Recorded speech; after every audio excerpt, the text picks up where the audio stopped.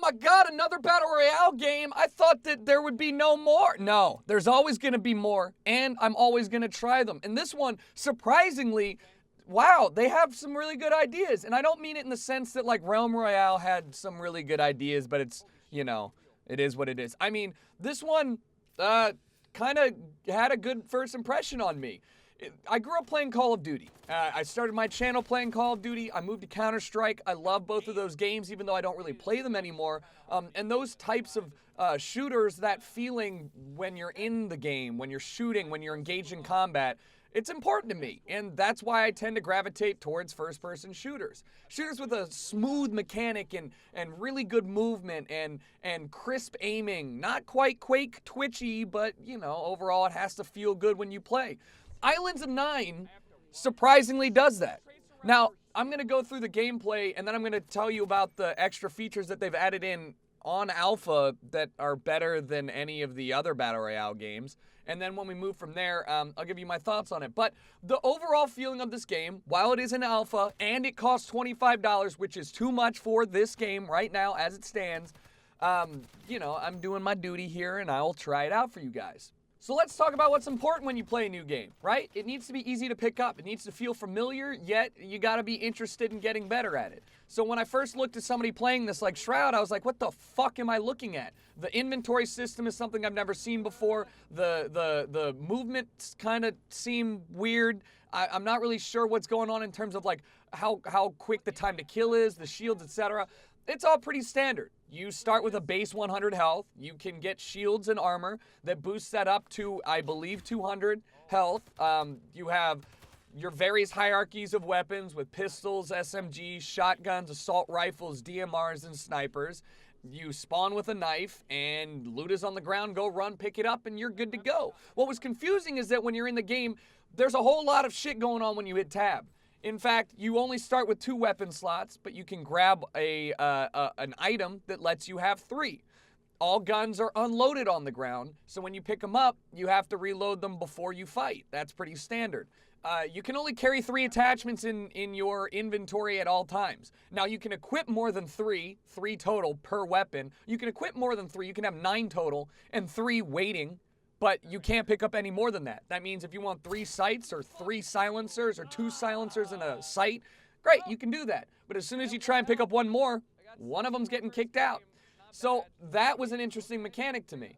There's also, you know, the armor is laying around and it's kind of just sitting on tables and stuff. So there's not a lot of looting per se, so much as it is grab what you need, what you want, what you can, and let's fucking run and gun. The games last 10 minutes to 15 minutes if you win. That is something that no Battle Royale game has done. In fact, Fortnite at 30-minute games or so is probably the quickest Battle Royale on the market. I know Realm Royale is actually around 20, so I lied to you. But that's, you know, an interesting thing. 50 survivors total on the map, and the map is relatively small. Cool. That means that there's a lot of running from place to place trying to find people. Now, it's a Battle Royale game. You know that the mid-game is going to be a little bit lackluster. There's a lot of fighting at the start and a lot of fighting at the end. But the tiers of circles that they have speed that shit up so quick that the last circle is basically, you're all going to die. You might as well fight right now. So all of those things kind of are easy to pick up if you've ever played a Battle Royale game. The shooting mechanic feels a lot like Call of Duty, but there's a twist. You see, this game has set recoil patterns. Just like in Counter-Strike, you can memorize and learn every single weapon's recoil pattern, and you can hit every shot. You can learn. And that is something that, while I was never good at Counter-Strike, you know, everybody learns how to control the first 6 bullets. After that, it gets kind of wild. So I like that idea, and that's not something that any BR game has. It increases the skill gap, it increases the skill ceiling, while at the same time, you know, if you want to play it like any other BR game, you can tap fire, you can do whatever you want to do. But I think that's an interesting thing, especially for such a freewheeling game like this, where, you know, movement is such a critical thing.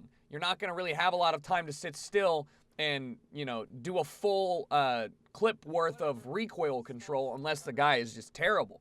So, interesting. I like that addition.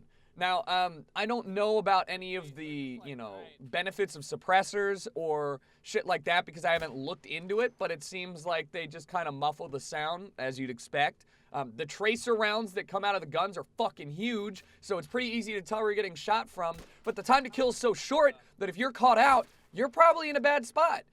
You've got to physically take a healing item, stab it into yourself, and keep going. And it does seem like they really want to encourage you to fight, back off, heal up, and then go back into it. It's not necessarily like I'm just going for it kind of thing. Now, what sets this apart from Battle Royale games? Where do I feel like this is going to sit in the hierarchy of Battle Royale games? This is going to, if there was ever a game where I could confidently say this game feels like a better X, feels like a better H1Z1. It's an arcadey type shooter, sniping, arcadey feel. I mean, the game itself is a quick but kind of, flashy little shindig. And they don't want you to spend a lot of time doing what other Battle Royale games do, whether it's looting or farming for materials, etc. And I appreciate that. The emphasis is on the fighting. It's really hard to get a game to feel good, and when you're playing it and it's an alpha, it's really hard to get a really a crisp feel for gunplay. And it's one of the things that I loved about Titanfall and about COD 4. So the fact that they've got me off the bat with this sort of arcadey but familiar feeling for gunplay is already a win in my book. Last but not least, in my opinion, bunny hopping and the movement speed, that you get with your knife out versus an SMG versus an AR, I like it a lot. I'm somebody that loves that additional ability to, if you hit your bunny hops, you can propel yourself further and faster, which can get you out of trouble or get you closer to the enemy. So I think that's a great idea, and I am all behind it. Where else does this set itself apart from other Battle Royale games? The additional features. I waited till 6 minutes and 30 seconds to tell you about this because I'm going to probably spend the rest of the video talking about this. This game is an alpha, and they already have all of the fucking features anybody has ever asked for in a pre-game Battle Royale. A pre-game meaning like the lobby. They have a parkour course, so you can learn movement in the game. They have gun game in the fucking game's lobby. I have as much fun in the pregame lobby as I do in the real game. They have a really nice, segmented area where you can go outside and fight in low gravity, even though the game doesn't have low gravity, which helps you, learn how to lead your bullets, because there is bullet drop and bullet lag, or lead time, I don't know. There's bullet travel time. It's not hit scan is what I'm saying. It helps you figure out movement mechanics. It helps you figure out what weapons do what and when are they, most beneficial. The lobby times are short. The join times are shorter. I mean, it boggles my mind that nobody has said, hey, why don't we just do this? PUBG just threw guns in the lobby and were like, here, shoot at nothing. So what did people do? They shot at nothing, and it was annoying, and nobody really gave a shit about it. They split up the players, all 50 of them, so you might spawn in a place where there's no combat and you can run to a place with combat. You might spawn in a place that is, gun game, and you can hang out in there. You might spawn in the weird, narrow, close quarters combat area. You can hang out in there too. You can run to each individual area. They don't force it on you. That's something that really hit me as a fundamental feature that everybody's asked for at the very least. And from a new player's perspective, wow, I already knew kind of what every gun did, how to use them best, and the feel for the game before I got into my first game. Huge, because my first game, I killed 3 people and came in 6th. That, to me, would have never happened if I had spent the first 7 gunfights trying to figure out, oh, well, this gun is kind of rough, huh? The other huge fucking feature, the biggest one, they have a shooting range. Not just any shooting range, but one with a recoil control wall that shows you the impacts of each individual shot. So you can see how well you're doing. I mean, Counter-Strike had to have custom maps for this. I don't know any other game that does this. They have targets at specific intervals. You can turn the lights on or off. They've truly looked at what players wanted and said, well, let's spend time on this. I know it's kind of small, but how many times have people been begging for playground mode in Fortnite to practice building? How many times have people begged for a way to practice crossbow shots in PUBG? It's not difficult, in my opinion, and for whatever reason, Also, I'm not a game dev, so like me saying it's not difficult is the dumbest shit in the world. But, you know, it's just you've made a full-fledged game.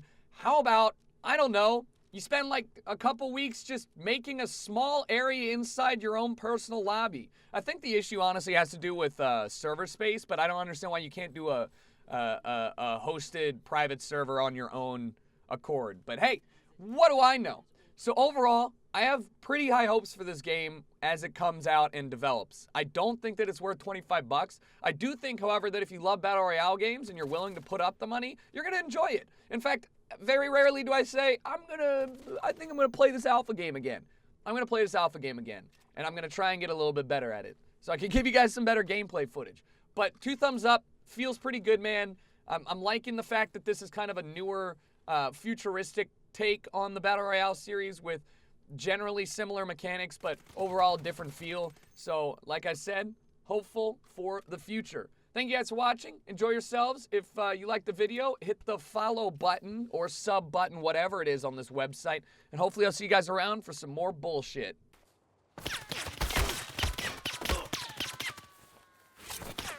You have been eliminated. Wait, was that JERICHO? Next safe zone indicated. I don't think that was JERICHO, dude.